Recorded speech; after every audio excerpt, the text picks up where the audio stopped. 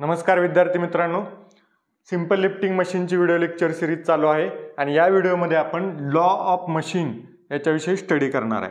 तर आता पहिल्यांदा लॉ ऑफ मशीन म्हणजे काय ते पहिल्यांदा बघूया। तर लॉ ऑफ मशीन म्हणजे काय? Relation between load lifted and effort applied is known as किंवा is called as law of machine। म्हणजे सिंपल काय आहे? लॉ ऑफ मशीन म्हणजे काय? लोड लिफ्टेड W आणि एफर्ट अप्लाइड P, W आणि P याच्यामधलं रिलेशन त्यालाच म्हणायचं लॉ ऑफ मशीन। आता ते रिलेशन कसं असते mathematically? P is equal to MW plus C। आता यातलं P म्हणजे काय, M म्हणजे काय, W म्हणजे काय, C म्हणजे काय ते आपण बघूया। त्याच्या आधी हे लाईनचं इक्वेशन आहे, राईट? P आहे, P एक व्हेरिएबल आहे, W एक व्हेरिएबल आहे, C कॉन्स्टंट आहे आणि M हा स्लोप आहे। म्हणजे हे लाईनचं इक्वेशन आहे। सो आपण ही लाईन ग्राफवर शो करू शकतो। तर त्यासाठी ग्राफ काढायचा। रिलेशन कोणामधलं आहे? एफर्ट आणि लोड लिफ्टेड। मग load versus effort graph show करू शकतो आपण या लाईनचा।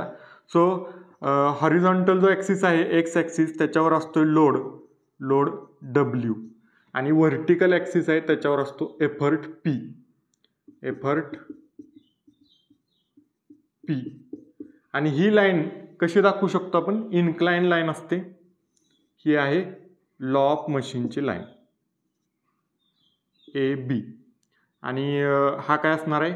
Slope, right? हा थिटा त्या लाईननं केलेला हॉरिझॉन्टल बरोबर केलेला अँगल आणि टॅन थिटा घेतलं की आपल्याला स्लोप निघतो।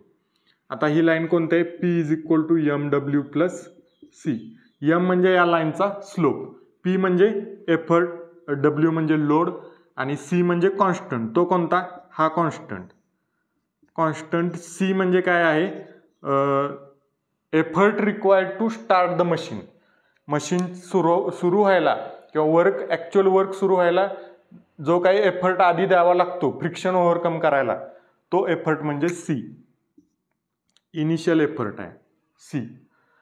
हा C ओव्हरकम झाला की मग मशीन चालू होते ॲक्च्युअल। ओके, सो हे लाईनचं इक्वेशन आपण असं लॉ ऑफ मशीन ग्राफवर दाखवू शकतो। आता यातल्या प्रत्येक टर्मचं मिनिंग काय काय आहे ते बघूया पहिल्यांदा। तर P म्हणजे काय? एफर्ट अप्लाइड हे कशामध्ये असणार? न्यूटन मध्ये असणार। त्यानंतर M म्हणजे स्लोप ऑफ लाईन आणि M काय असतं? M is equal to tan theta angle, त्याचं टॅन घ्यायचं, टॅन अँगल। W म्हणजे काय? W लोड लिफ्टेड तो न्यूटन मध्ये असणार आहे आणि C म्हणजे काय? Effort required. C हा कॉन्स्टंट आहे आणि त्याचं मिनिंग काय आहे? Effort required to start the machine किंवा effort required to overcome the friction, start the machine. Okay, तर अशा लॉ ऑफ मशीनच्या ज्या टर्म्स आहेत त्याची मिनिंग अशी आहे। आता याचा यूज काय नक्की? लॉ ऑफ मशीन कशासाठी, हे कशासाठी वापरायचं इक्वेशन? तर लॉ ऑफ मशीनमधून आपण काय करू शकतो? M आणि C कॉन्स्टंट असतात, ते आपल्याला माहीत असतात। मग जर W आपल्याला दिला तर आपण एफर्ट काढू शकतो किंवा यातला एफर्ट दिला आणि W अननोन असेल तर आपण W म्हणजे लोड लिफ्टेड काढू शकतो।